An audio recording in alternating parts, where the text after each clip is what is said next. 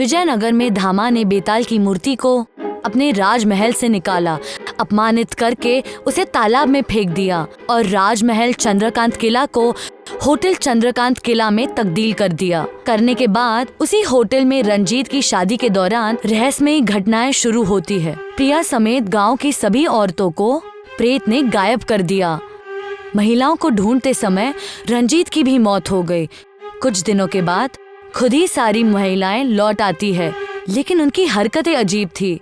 Sonography से पता चला सभी के पेट में एक शैतानी बच्चा पल रहा है। अब आगे विजयनगर के सारे लोग डरे हुए हैं, परेशान हैं, क्योंकि उनकी पत्नी बहु बेटियों के पेट में शैतानी बच्चा पल रहा है। प्रधान जी, अब कोई तो रास्ता निकालना ही पड़ेगा। कस्बे के सभी औरतों के पेट में शैतानी बच्चा है। वो दिन दूर नहीं जब ये शैतानी बच्चे पैदा होकर हमारे कस्बे पर कब्जा कर लेंगे। अगर तुम कस्बे को महफूज करना चाहते हो, उस बेताल की मूर्ति को तालाब से निकालकर फिर से राजमहल में स्थापित कर दो।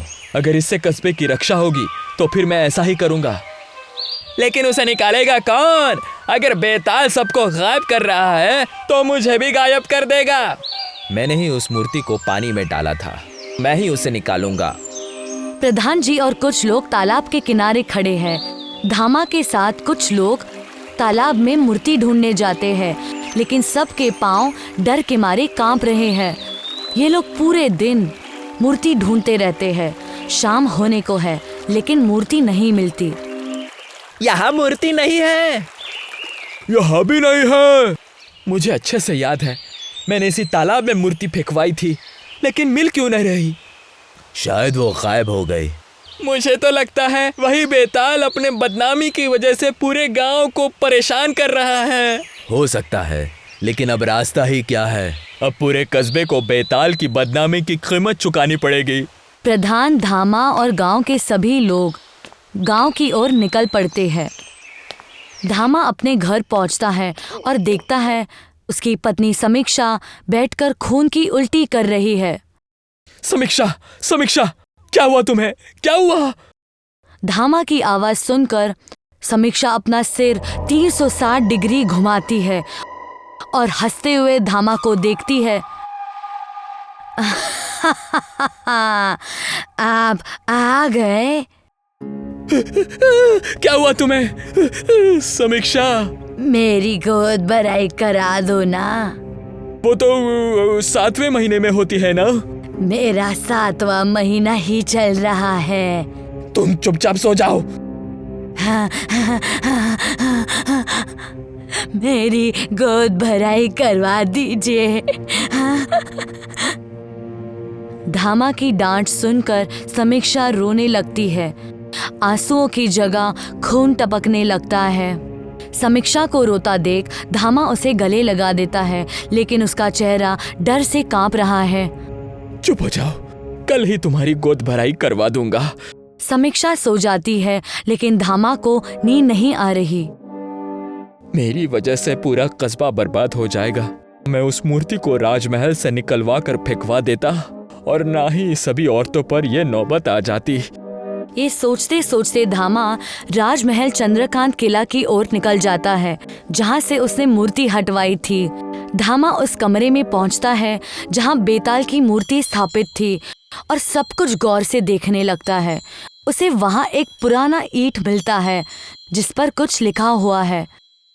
महाराज रुद्र प्रताप के कर कमलों से साल 1885 में स्थापित।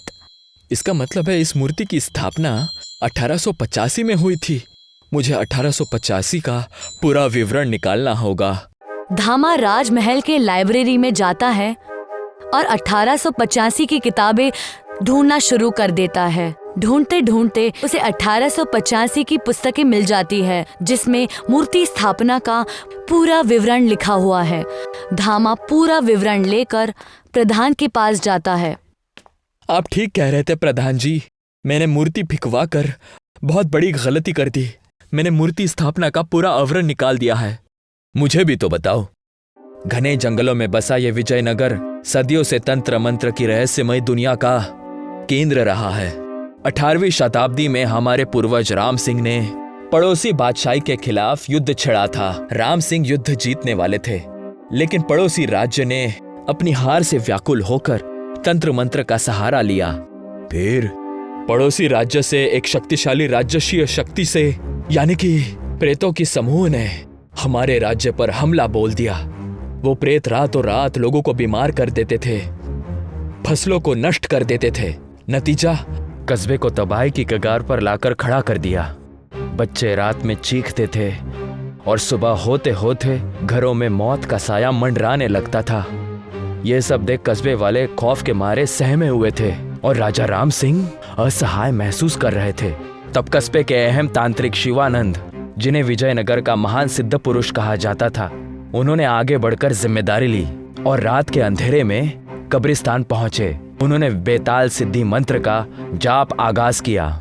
बेतालेश्वराय काल रात्रि तमसो नाशाय, बेतालेश्वराय काल रात्रि तमसो नाशाय, बेतालेश्वराय काल रात्रि तमसो नाशाय। घंटों की पूजा के बाद एक पुराने लाश में बेताल की रूह अवतरित हो गई। बेताल एक होशियार ताकतवर प्रेत था। तो इस कस्बे को महफूज रख, इन बुरी ताकतों को भगा। बदले में मैं तुम्हारी अधूरी इच्छा मुकम्मल करूंगा, तुझे आजादी का रास्ता दिखाऊंगा। ठीक है, लेकिन याद रखना, अगर तुम अपनी बातों से मुकर गए तो मैं पूरे कस्बे के लिए तबाही बन जाऊंगा। उस रात बेताल ने अपना रौद्र रूप दिखाया। वो प्रेतों के समूह पर टूट पड़ा।